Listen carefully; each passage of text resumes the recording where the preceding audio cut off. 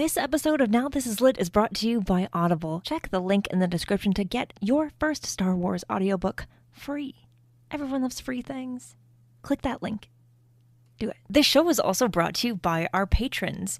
If you want to support the show in a different way, with just $1 a month, you can join our Patreon at patreon.com/StarWarsLitPod. You can get a sticker. You can get access to an exclusive show that we do every month that's wild and chaotic and fun and something you can only get by becoming a member of the Patreon. There'll be so many more perks very, very soon. But for now, do you want a sticker? Do you want a sticker that has a Now This Is Lit logo? Because it's fantastic and I love them. But I also want to give them away because there's just a stack of stickers on my desk. So if you want one, $1 a month. Patreon.com/StarWarsLitPod. A long time ago in a galaxy far, far away.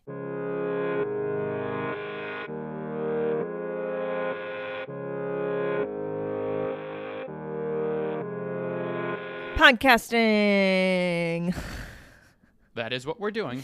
It is, in fact, what we're doing. It's a very fun episode. We have been looking forward to recording this one all year, literally, because now all of the Star Wars books for 2024 are out, and that means we can finally do our best books of 2024 episode like we did last year. I'm really excited. Me too. Do you want to tell the people who you are, just in case this is the first time that someone's out there listening? Yeah. So my name's Davor. I'm the producer on Now This Is Lit. You've probably heard my name in the credits. I also podcast in a few other contexts talking about Star Wars, and we're roommates. Yeah. Sure. I guess you could call it that. I don't know if anyone actually listens to the credits. That's okay. What have you been reading that's Star Wars lately? Anything? Not really. We're a bit of a lull at the moment. You read one of the Republic Commando books recently. Don't remind me. I'm trying to blot that out of my brain. You're being way too hard on it. It's so much better than you're thinking. Oh, I did read some comics a couple days ago. Oh, right. Yeah. The most recent batch of comics, I read the High Republic Adventures Wedding Spectacular, which I'd been looking forward to. Oh, that was good? Yeah. Oh, I can't. I've been looking forward to that one too, and I haven't read it yet. Yeah, so I had that. One of the Battle of Jakku ones. I think it's the last issue in kind of the second run, because you know how the Battle of Jakku, they're kind of divided into three? Yes, which I don't really understand, but yes, I'm aware. So I think it's the last issue in the, I want to say, Republic Under Siege run. All right. I only read the first one of those. I'm a little bit behind. So. And then now we'll start the Last Stand sub-run. I don't even know what you want to call that. Comics are a little bit confusing to me still. I'm trying to learn and follow along. And unfortunately, that does mean that we don't have a comics category this year. Again, we didn't read enough comics to be able to justify saying which one was the best. We're really going to try. Yeah. We did better this year. We did, but still, I missed too much. I read mostly the High Republic stuff. And I was trying to catch up on some stuff I hadn't read. I hadn't finished. But anyway, so as I said at the top of the episode, it's our best books of 2024 extravaganza. Sure. And this is kind of us taking a chance to look back on all the books that have come out and all the Star Wars books that have come out in 2024 and talk about them. I almost said rank them. That's not what I meant. We're choosing individually. Imagine if we did that, though. I mean, oh, God, I don't know. I don't want to put something last, you know? I would feel kind of bad about that. So we're looking at all the books, picking our individual favorites. So it's not the show's favorites, it's your favorite and my favorite. They may be the same, they may be different, we don't know. That's the fun of coming into this, not knowing each other's picks. So yeah, first, I mean, we can go through all the categories, and then like you can just like say what all of them are. Yeah. And then we can individually go through, you know, go through our picks, and it'll be really fun. All right, so what are our categories? All right, so if you've listened to the Best Book Awards from 2023, there are a couple of fewer categories this year for a couple of reasons. So, for example, we don't have the Best Short Story category, largely because we have a lot fewer ones, because last year we had the Return of the Jedi Factbov, and so we had a larger pool to pull from. We also don't have a debut author category. There was, I think, technically, I want to say the guy who wrote Padawan's Pride I was thinking probably that. is a debut author. Yeah, I don't think he's done Star Wars before, but Yeah. like, you know, Other than that, again, we benefited last year from the Yeah. Factbov of it all, and so we had a bunch of debut authors. he's the winner of that category in our hearts. It was a very good Yeah. production. Yeah, so those categories, for the sample size reason, we're not doing this year. Mm-hmm. So the categories that we have for this year are Best Middle Grade Book, Best YA Book, Best Adult Book, Best Audio Production, Best Cover Art, and then Character of the Year, Author of the Year, and Book of the Year. Oh, this is going to be so fun. I mostly am excited to hear what your picks are, and see, like, we had some that were similar last time, many that were different. So let's start with our first one and go down the list. All right, our first category is Best Middle Grade Book.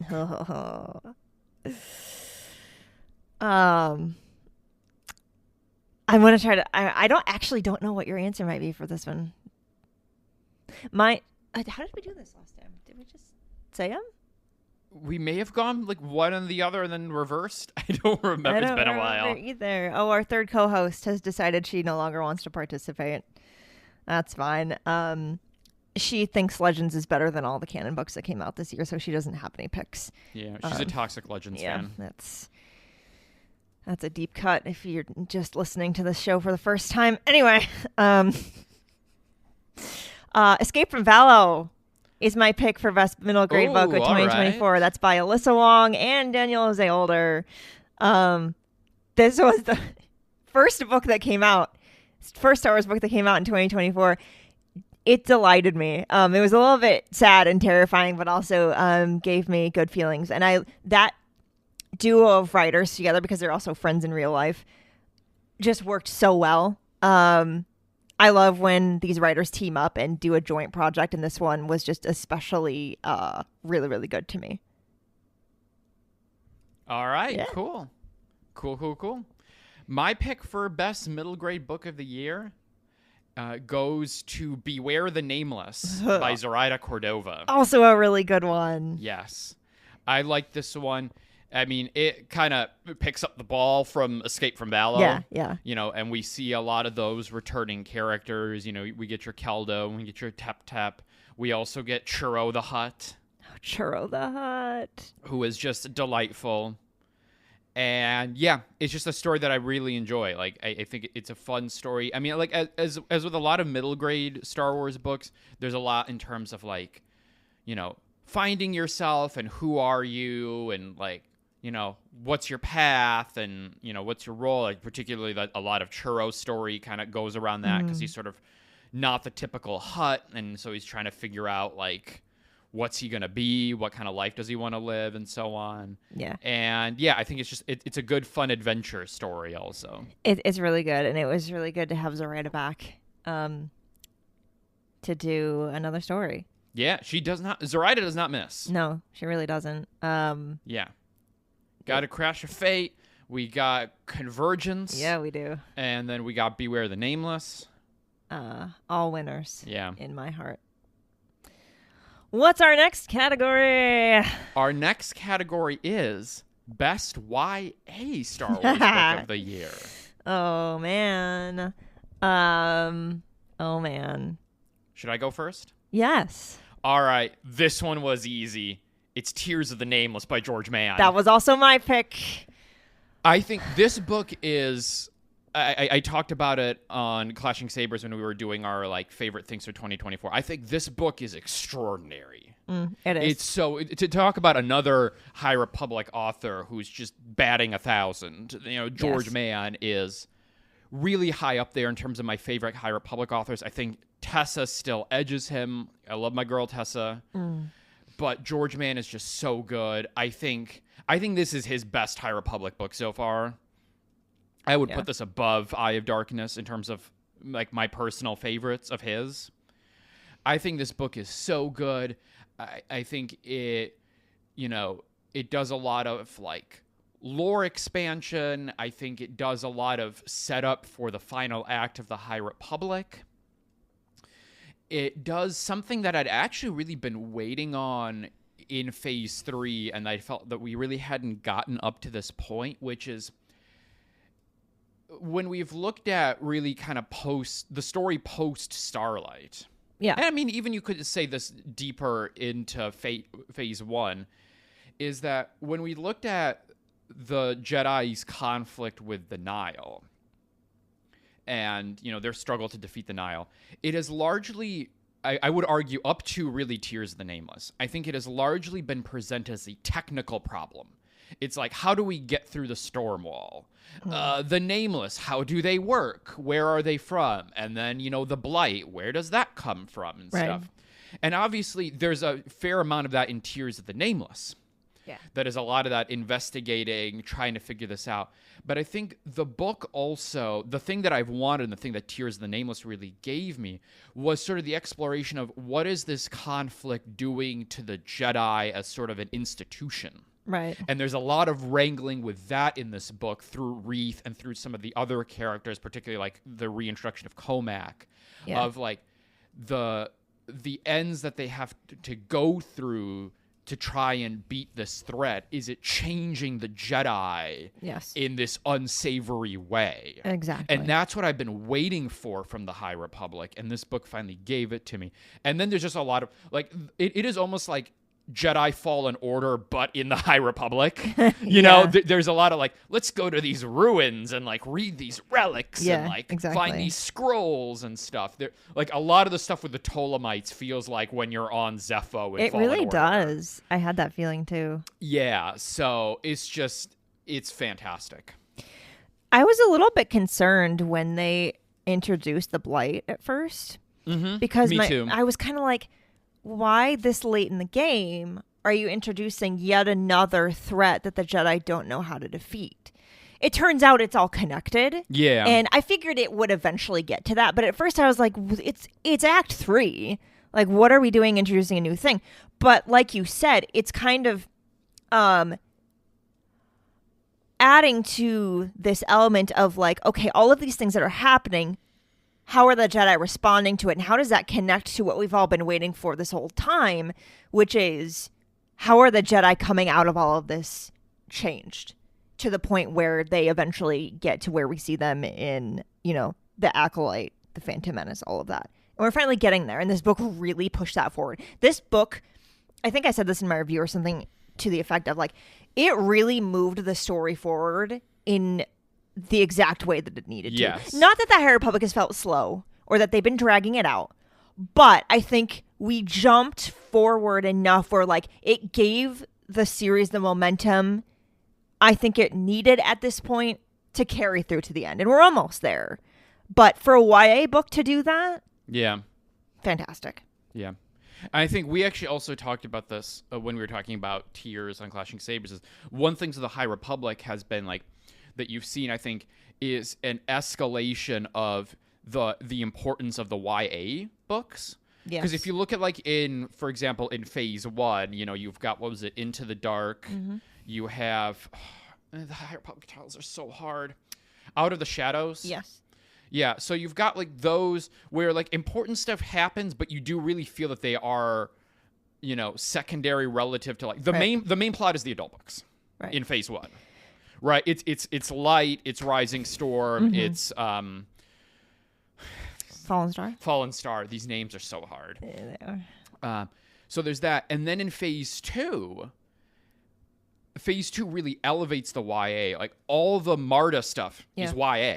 You know, it begins and ends with the YA, and like you really like to get the juice of Phase 2 is like you got to read Path of Deceit and Path of Vengeance. I mean, not that the Irem Aranos stuff is important, the Battle of Jeddah stuff is important, obviously, but like the core stuff in terms of like the Path of the Open Hand and who the Rose are and where they come from and how they come to form the Nile. It's all in the YA books.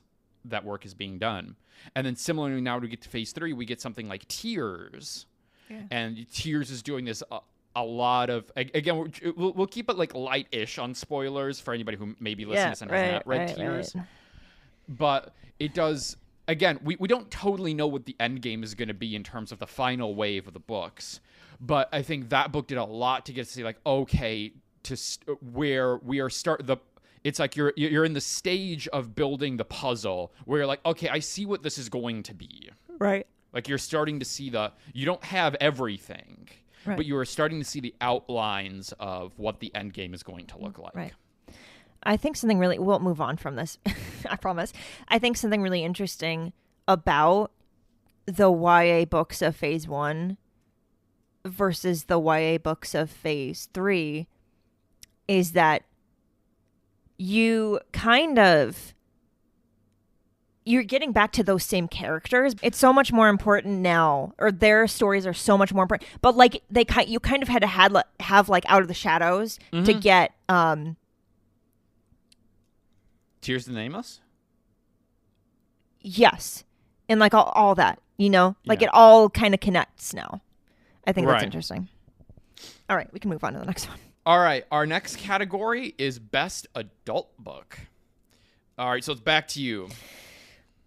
Okay, here's the thing about my pick. It's going to seem like a little bit biased, that I'm a little bit biased. It's The Living Force. All right. Let's set aside all of the extra weight this book has for me, okay? Let's not even think about that. There are storylines from this book that I still think about quite often. Not like daily, but very, very often. More than I think about storylines from a lot of other adult novels that are Star Wars. I think about the Yoda stuff, how that ends. You know, there's things in this book that I still think about. And that is so powerful to me. The one of the ways I judge if a book really is good to me personally is if I continue to think about it long after I'm done reading it. If I read a book and it's good, but then I don't think about it again, then it's fine. It's, 3 stars, low 4 stars, Yeah. Living Force, the fact that I still think about it, and this is separate from all the time that I spent with it doing the interview and stuff. Yeah. I it's hard to talk about this book without spoiling it. Yeah. All of the storylines just, I think, make it really, really interesting. Having that many different storylines like that is not something you get in a Star Wars book a lot. No. So it made it very unique, and I really, really, really enjoyed it. Yeah, it's quite good. We talked about it at some length on Nameless Show, maybe 2 months ago, 3 months ago, something like that. I don't remember when it got pulled. Yes, we did. You're right. Yeah. But yeah, it's a very good book. It has a very unique structure. You're following a lot of different characters. It's a big ensemble cast. Yeah. And yeah, I think it's a book that, because of when it's set in the kind of immediate prior to Phantom Menace, I think a lot of the story is really interesting in terms of the state of the Jedi as we sort of as we enter the period of their decline. Exactly. And like I also liked the promotional stuff they did with this book. They sent out those little boxes. You remember that? Yes. That was fun. They don't do that. They haven't done that with another book like this. And there was like little posters and like I honestly don't remember what else. It was a long time ago. Yeah, it was that stuff. There was the I think it was was it the maybe it was in the wide release, but it was the map of there was like a color version of the map in that little thing. Very, very there was a pin, I think. Yeah. Very cool. And just like it made it hyped it up so much more and made it so much more memorable. They need to do that more, I think. I would really enjoy that. And not just because I get them, but just because it's fun to share it too. And get that hype for people who maybe aren't sure if they're going to read it. But it's also John Jackson Miller, so. Yeah. All right. Okay. Oh, my pick. We can't go to the next category yet. Yeah, you got to. All right. Can't skip out. Best adult book. We're doing hashtag High Republic sweep because it is Temptation of the Force by Tessa Gratton. I knew you were going to say that. Say that. Yeah, this book, I think, is really, really... I mean, yeah, it's Tessa Gratton, my girl Tessa. But also, I think this book is really, really good. I think there's a couple things that I think it does really well. There's obviously all the sort of Elzar Avar stuff. Yeah. I think their relationship and seeing them kind of back together and them trying to, navigate their kind of feelings and, the sort of struggle between like duty and, their own emotions and all of that. Like there's all that. And I think it's really well executed. I think she does a very good job of writing Buryaga. The Burry and Bell stuff, like their friendship in this book, I loved it so much. Yeah, the Burry Bell stuff is almost better than the Elzar Avar stuff. I personally thought that. Yeah, I love particularly Buryaga, largely because this is the first story where I felt him being a real character. That makes a lot of sense, yes. Yeah, because a lot of the times, and again, it's sort of the story challenge. What do you do when you have a character who does not, in this case, where, English language, right, does not speak English. Yeah. This is the Grogu problem in Mandalorian, right? Like, what happens when the character cannot directly communicate to the audience in a way that they can understand? Yeah. And so what do you do in that context? It's hard. But I think Tessa Gratton really nails how to do that. Yes, it was fantastic. Yeah, so he really feels like a three-dimensional character in a way that he has not felt at prior points in the High Republic. So I really appreciated that. And the thing that, for me personally, she does that is most extraordinary of all was to make Marchion Ro an interesting character. Also agreed. I actually care about him now. Which was the struggle for me for a lot of the kind of quote-unquote present-day story of the High Republic. Well, because, again, I'm not going to spoil it, but the way the book ends with him... Yes. Tattoos, that's all I'll say. I had this moment of like, that's what you're doing? And I really like it. Yeah. Really like it. Yeah, and I mean, we talked about Tears and sort of the forward momentum that book gives, and I think Temptation did that same thing that was needed at the particular point that Temptation came out. Mm-hmm. I think to give us a bit of gas, kind of kicking off wave 2. Yes. God. Phase 3, Wave 2, Book 1. Yeah, Chapter 3. It's hard. Page 317. It's hard. Paragraph 6. It's hard with the High Republic. My co-host Drew makes fun of the noun of the noun titles in High Republic.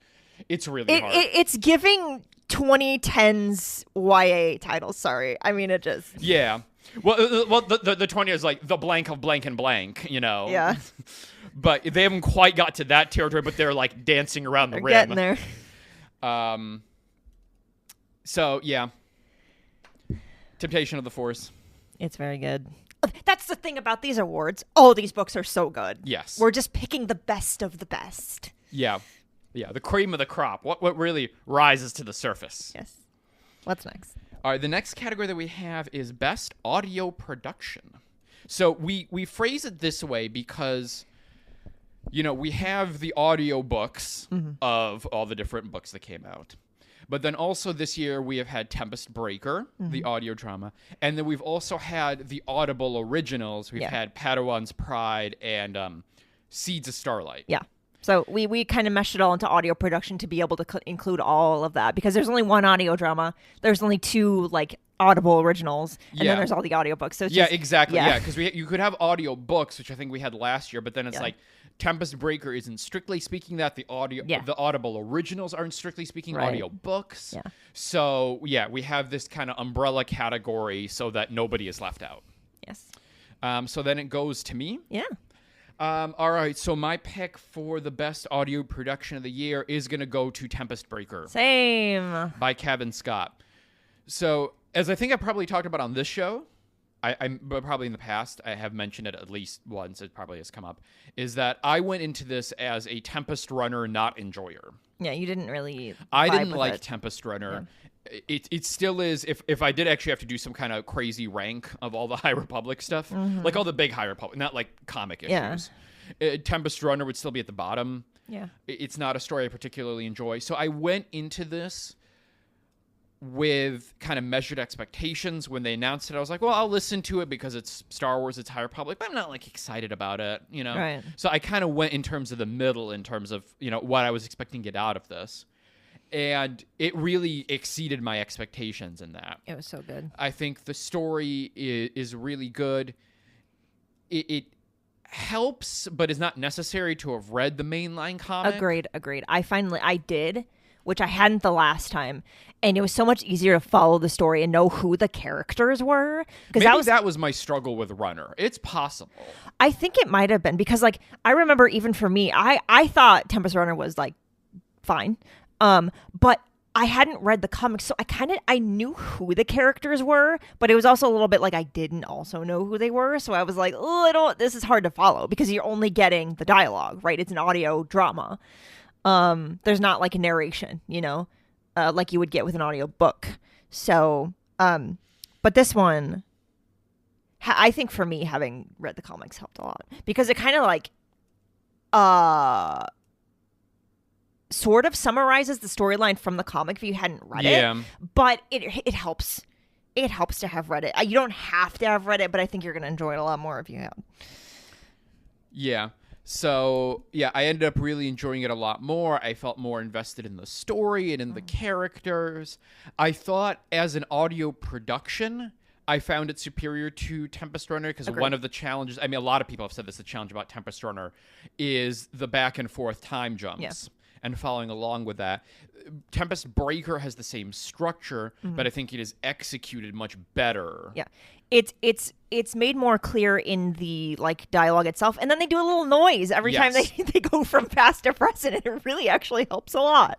Yeah. I think one of the great things about the initiative has been their responsiveness to readers. Like they clearly heard, oh, people were struggling with the time moving back and forth. And so they literally made it as easy as possible to know where you were in time. Yes. So I think that's really been appreciated in terms of getting that feedback from people who are like, this doesn't really work, or like, you know, you've seen it with whether it's like concept art, you know, or like the way that certain characters are depicted in like comics. Yes. You've seen the responsiveness of that. Yeah. So I think I really appreciate that in terms of like knowing like they're listening, you know, they're learning, they're adapting, they're constantly trying to figure out like what's the best way to deliver this to readers / listeners.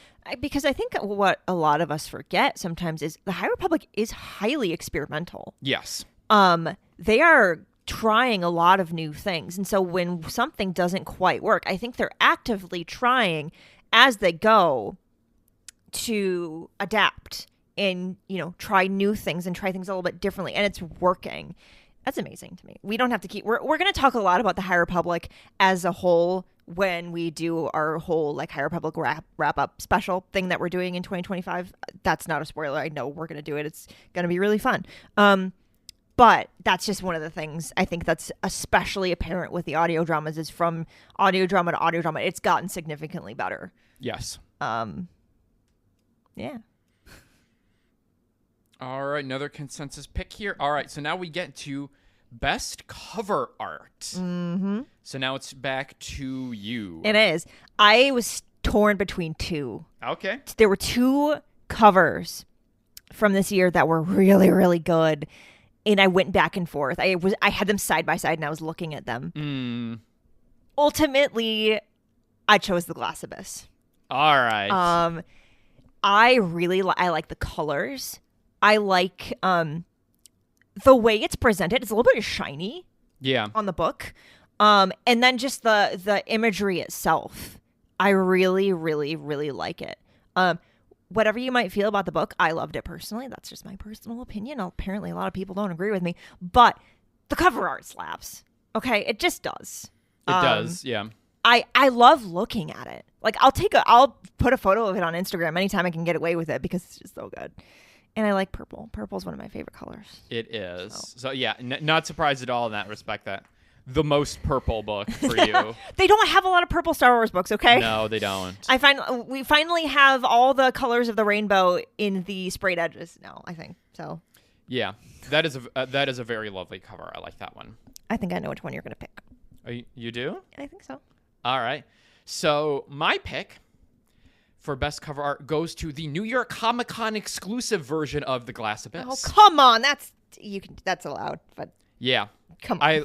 You're right that the OG, the classic one they went with is really great. I love it. The lightsaber and the Jedi Order symbol I think is really cool. But also that New York Comic Con cover is just really cool with Mace, and then it's the purple and the white.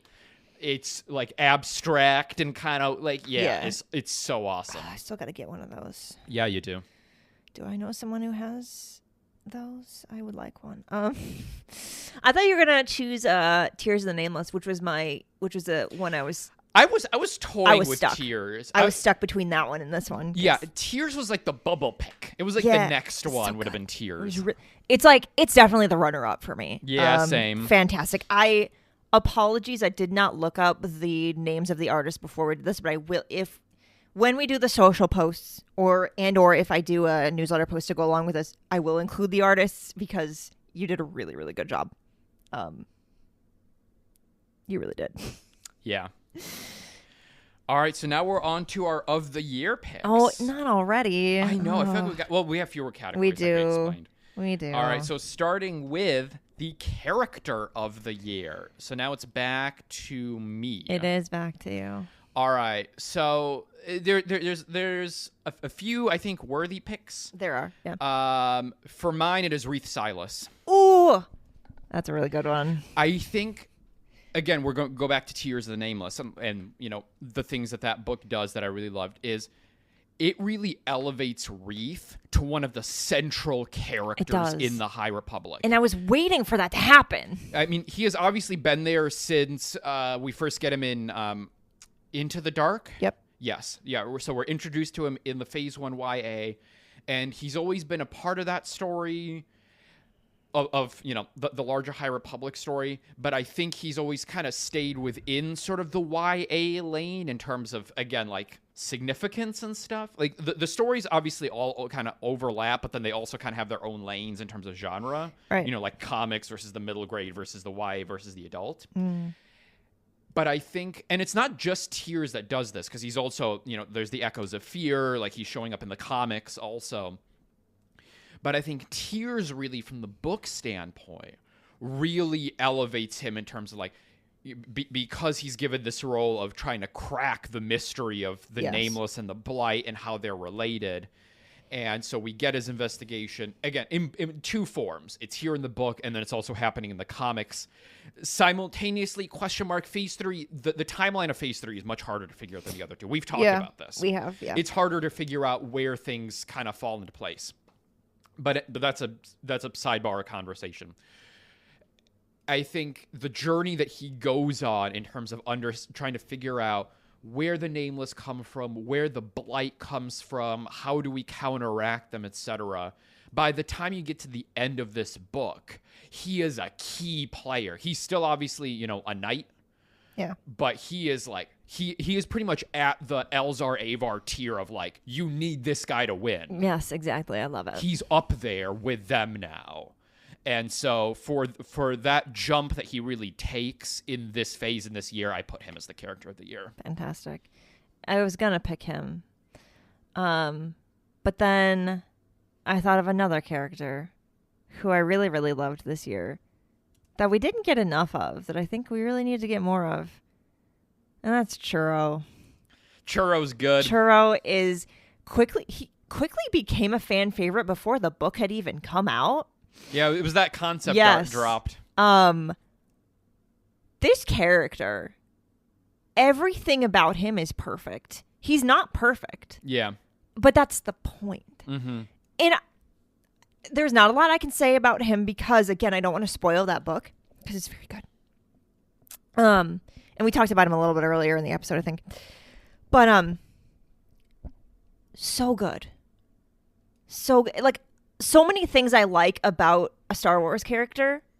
Churro. And his story ends, like the end of the book ends, but his story, obviously, there's more to it. Yes. It continues on. It's very open-ended in terms of, like, what are you going to do next, Churro? It's literally, like, they almost said that, but they didn't. Or maybe they did in some form. I don't really remember. I hope we get more Churro. Please. I do. In some... Can we get, like, a Churro comic? That would be fantastic. It would be. Like, even just a one-shot. Yeah. Get him in High Republic Adventures. Get him in Skywalker Saga period and he's older. I was going to say, he's a Hutt. He's a Hutt. You got years, centuries, maybe. Yeah, that Rada is gonna allegedly show up in the Mando and Grogu movie. Give us Churro the Hutt. Oh my god, what's he doing? Oh my god, please. Yeah, let us see Churro the Hutt in like I don't know, like the Rise of the Empire. Like in that middle period or something. He shows up. Like give us adult Churro, please. Oh, please. Let us know that he made it out okay. Yes, exactly. And that he's living his best life. Oh my god. I would love that. Oh my god, please. I couldn't not. It was the character that I weirdly felt most connected to. I'm not going to explain that right now. Just take it for what it is. All right, so that's a pick for character of the year. All right, so now we go to author of the year. Mm-hmm. So now it's to you for author of the year. Again, please strip away any bias that I may have. John Jackson Miller. Yeah. Because this is like a grand return. And, I kind of have like, I think I even said that to him. And his comment was like, well, I never really left. Right. Like he's always been around. He's done a couple things here and there, some short stories. But it was very meaningful 10 years later for him to come back, 10 years after A New Dawn. A New Dawn, thank you. And to be able to once again tackle the concept of Jedi trying to figure out what their place is in the galaxy, which is a theme that has appeared in his work many times and he's very good at executing. We've seen that in like a lot of different things he worked on, Legends canon. But also because, authors don't just write the stories. They're also people who love the universe in which they get to play in when they're writing. And having gotten to talk to him, about this book especially, the book that he wrote this year, he's just so here for it. He's just so passionate about it. And he also talks about other things that he's written. Like he talks a lot about his Star Trek stuff and like how he pulls all of his writing experiences into the work that he does for Star Wars. It's just fascinating to watch, and like to be able to talk to an author who he's been doing Star Wars for a very long time. Yeah. And to be able to just interact with someone who just knows what they're doing and just 100% belongs here. That's the case with a lot of authors. But I think John Jackson Miller just like, he has earned Author of the Year from me because welcome back, please never leave, Yeah. Yeah. That's a great pick. I like that. We've already talked about, the strengths of the Living Force and his other work, A New Dawn, his work in Legends. He also had a Batman book this year that's really, really good. I'm reading it right now, and it is fantastic. I'm not exaggerating. It's like I haven't listened to it all the way through because like I'm kind of savoring it. I don't want it to be over, All right, my pick for author of the year is a returning name in terms of like this episode. I'm going with Tessa Gratton. Yes. I think just again for the extraordinary work that she does in terms of like her debut adult book in the Star Wars space. I was really excited, like, as soon as this got announced that she was doing a book in Phase 3, I was like, give me that right now. And it met and exceeded all my expectations in terms of a Tessa Gratton Star Wars book.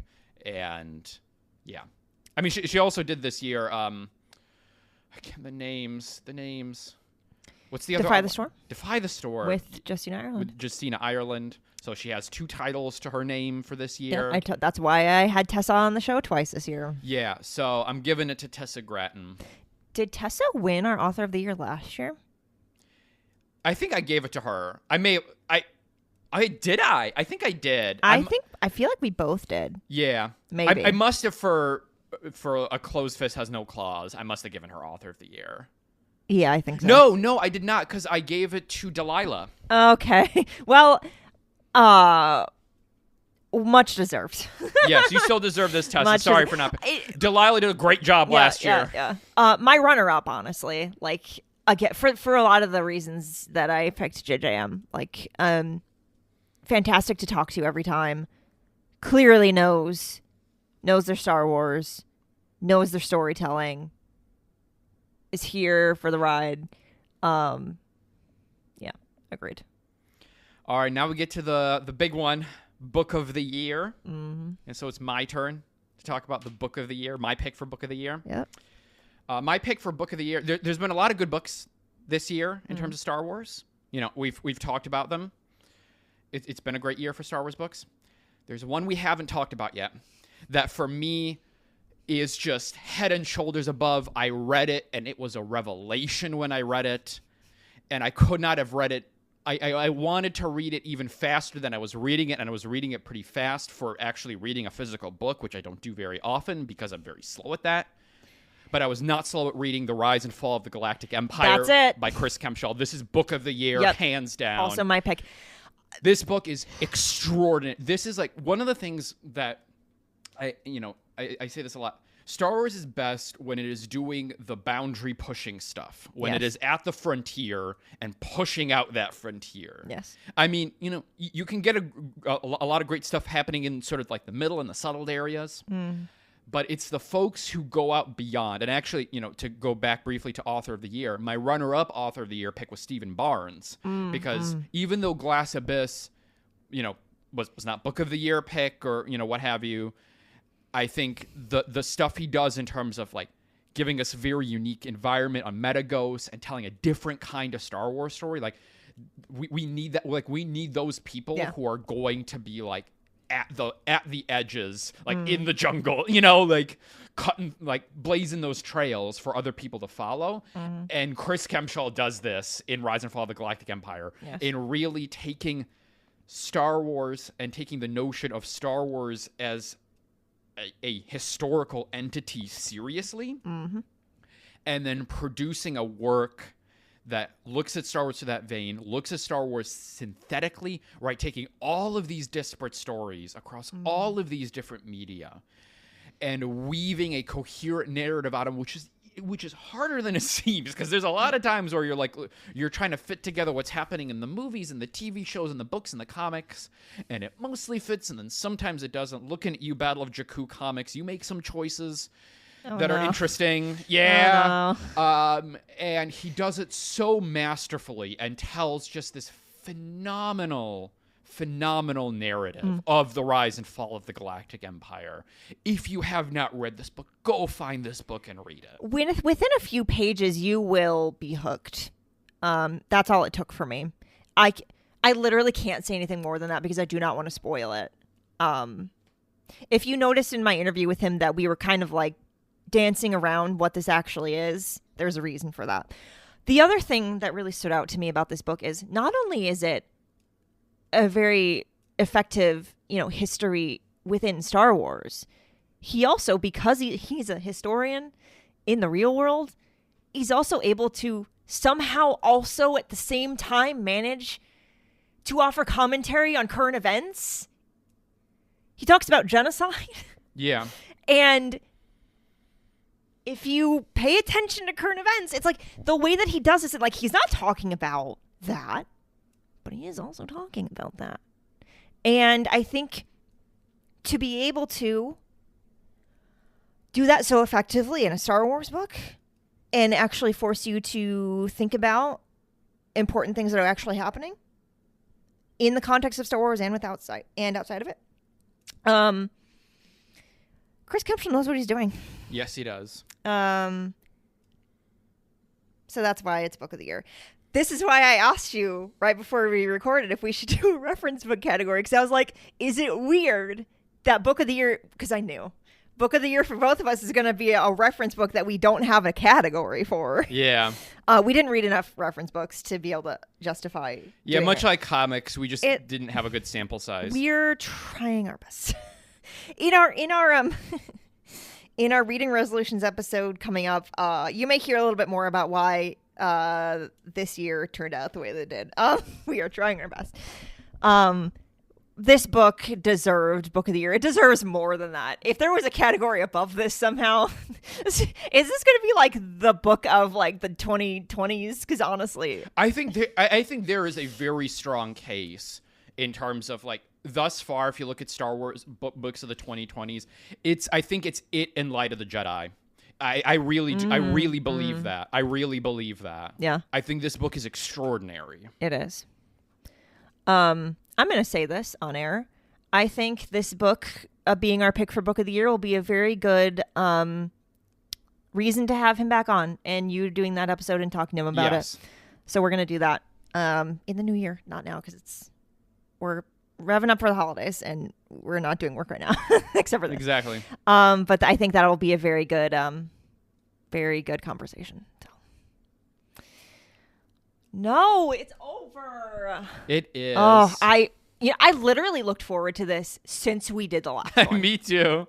There are so many good books coming out in 2025. It's going to be hard, I think. Oh, yeah. To pick. 2025 is going to be very hard. Because we've got an Alexander Freed book. That's the beginning of a trilogy. We've got The End of the High Republic. We've got Acolyte books.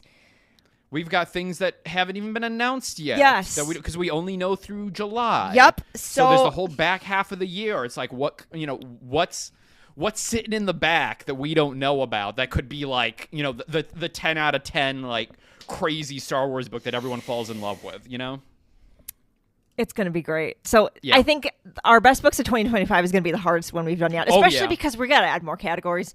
We got to add more categories, man. We got to do better with comics. We got to have our Patreon community actually vote on things. Yeah, we love you. Kalnaka comic. Go read that if you've not read. Oh Go my read God. the Kalnaka that is one shot. The best comic I've ever read. That's the best comic I've ever read. Kevin Scott, go read that. Honorary pick for best comic. It doesn't count because we didn't read enough comics, but that's the one I would have picked. Same. Nothing would have probably topped that because it's extraordinary. Oh, it really is. It's one issue. It will take you 5 minutes, but it will blow you away with what an emotional story it is. I almost cried, and comics don't make me cry. I actually cried. Oh my God. And he doesn't cry very often, friends. It has to be Lord of the Rings or something else very, very particular and special to make this man cry. Yeah. I say that lovingly, by the way. Well, that's going to be it for our best books of 2024. Because you can comment on Spotify now, and we'll do social posts as well. Blue Sky, Instagram. Tell us what your picks for these categories are. We want to know. Because I want to know if you had any picks that were the same as ours. A wildly different pick. A book that I haven't forgotten about any of the books that were out this year, but like a book we didn't really get to talk about that much. I want to know. Tell me why it was your favorite. Tell me what your best books of the year are. What did you like? We want to know. That's how we want to wrap up 2024. We do have one more episode left for you in 2024, and that is our reading resolutions. We will go over our resolutions for the year, how we did, and then of course, as we usually do with these, we will wrap up with our resolutions for 2025. Have yours ready, because we want to hear what yours are too. Can't wait. It's been a great year for the show. We'll talk about that more. Thank you as always for listening. I'm getting a little emotional. It has been a fantastic year for Star Wars books. One of the best we've had in a very long time. I'm confident that 2025 is really gonna challenge that for best. What am I trying to say? 2025 is going to be great. 2024 has been fantastic. We'll see if it tops it. Anything else you got to say? No, I don't think so. I think you couldn't have said it better. All right. Thank you for listening. Again, one more episode for 2024. Don't miss that. That's going to be next week. I was almost going to say we'll see you next year, but I can't bring myself to say that. It's too much. It's too much. Well, you gotta say it on the next one, because there's still one more episode. I guess. Happy reading.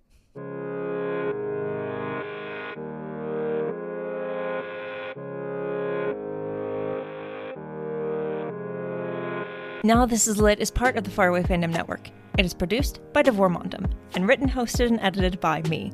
Jose Jimenez designed our podcast art. You can keep up with the show on Substack at Now This Is Lit, and find the show wherever you get your podcasts.